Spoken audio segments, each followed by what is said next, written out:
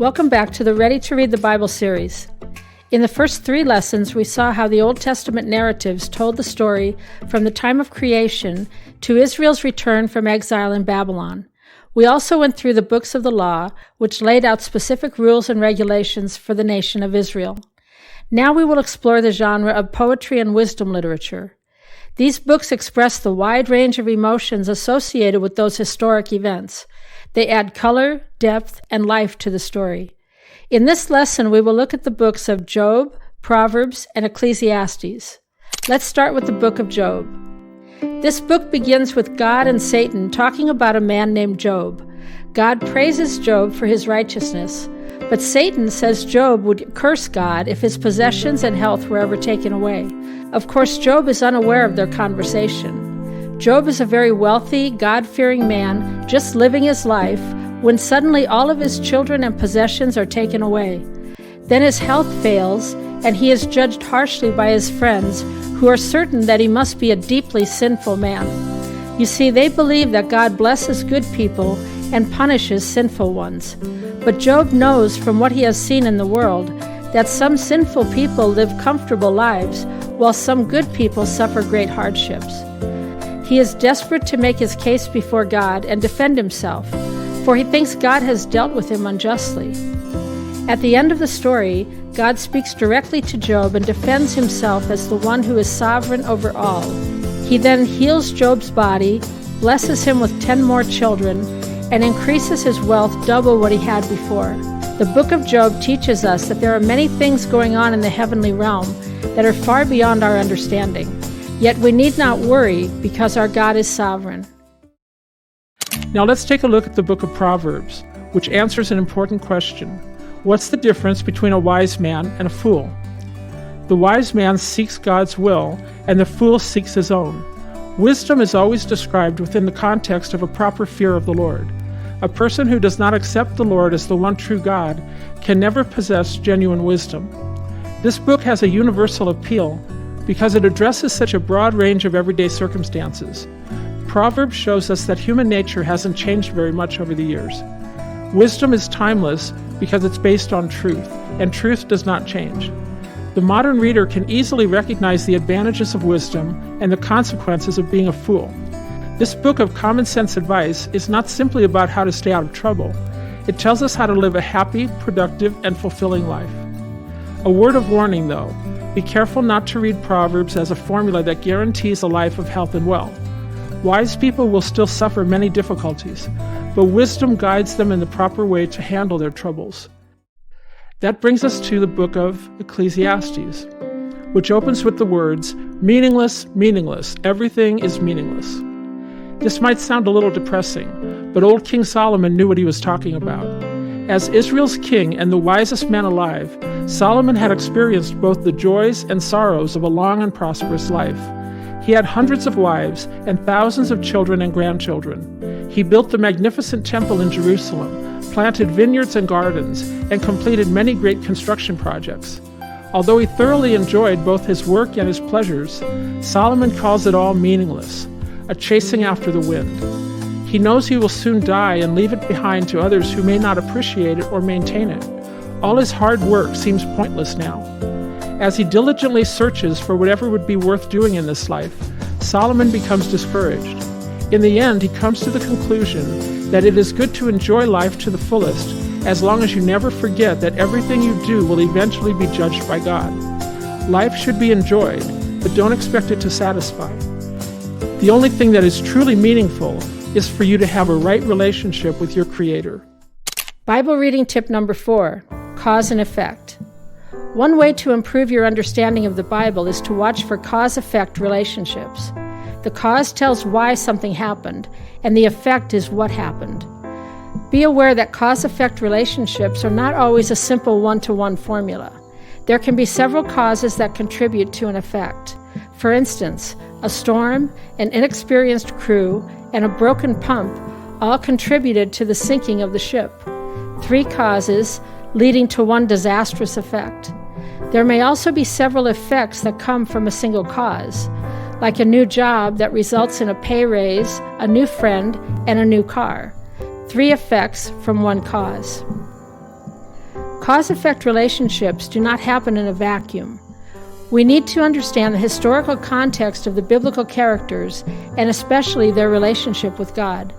There are many stories in the Old Testament that describe Israel suffering a plague, a war, or some other extreme hardship after they violated their covenant with God. The law of Moses was conditional.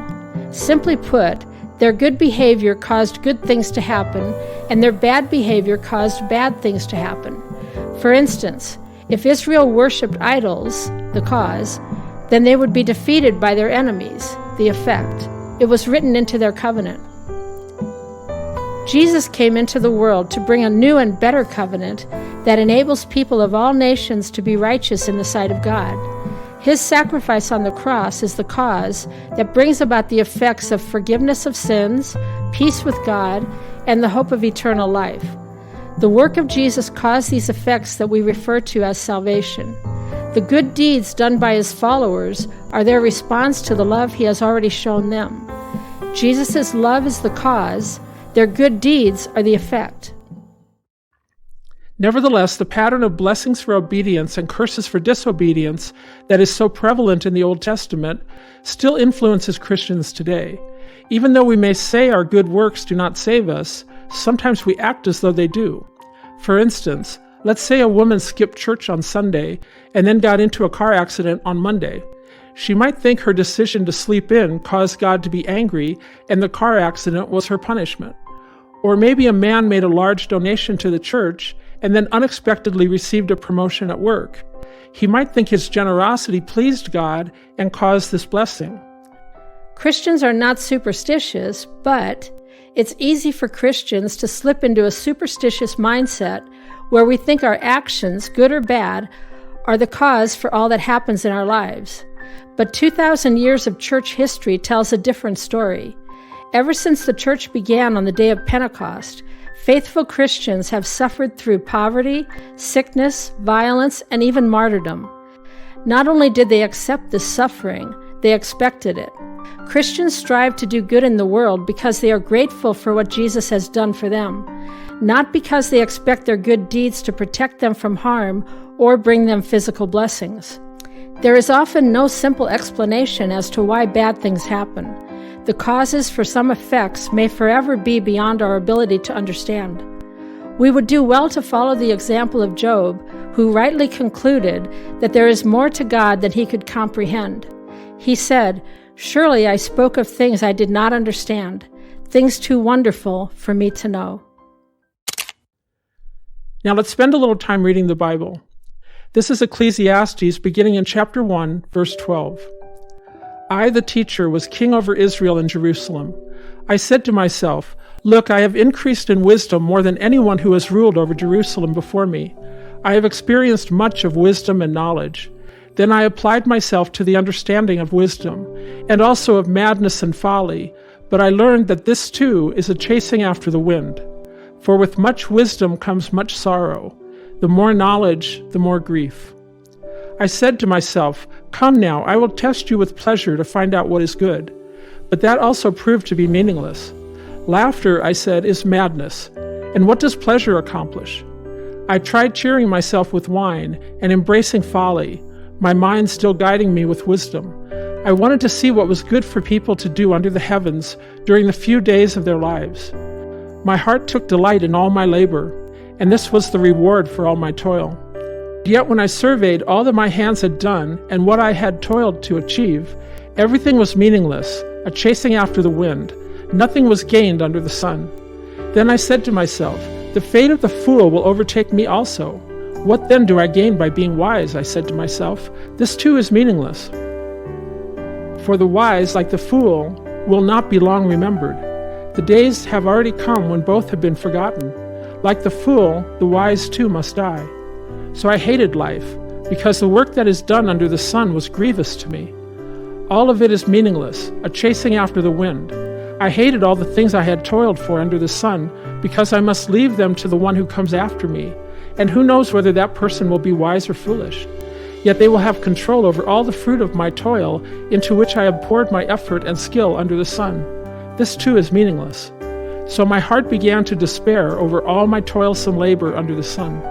For a person may labor with wisdom, knowledge, and skill, and then they must leave all they own to another who has not toiled for it. This too is meaningless and a great misfortune. A person can do nothing better than to eat and drink and find satisfaction in their own toil. This too I see is from the hand of God, for without him, who can eat or find enjoyment? As you can see, the books of this genre add an element of human emotion to the story. The quiet suffering of Job, the warnings found in Proverbs, and Solomon's deep insights all help to personalize the historical account that we read in the 3 previous lessons. Next time, we will finish the books of poetry and wisdom literature by going through Psalms and Song of Songs. Thank you for watching. See you next time.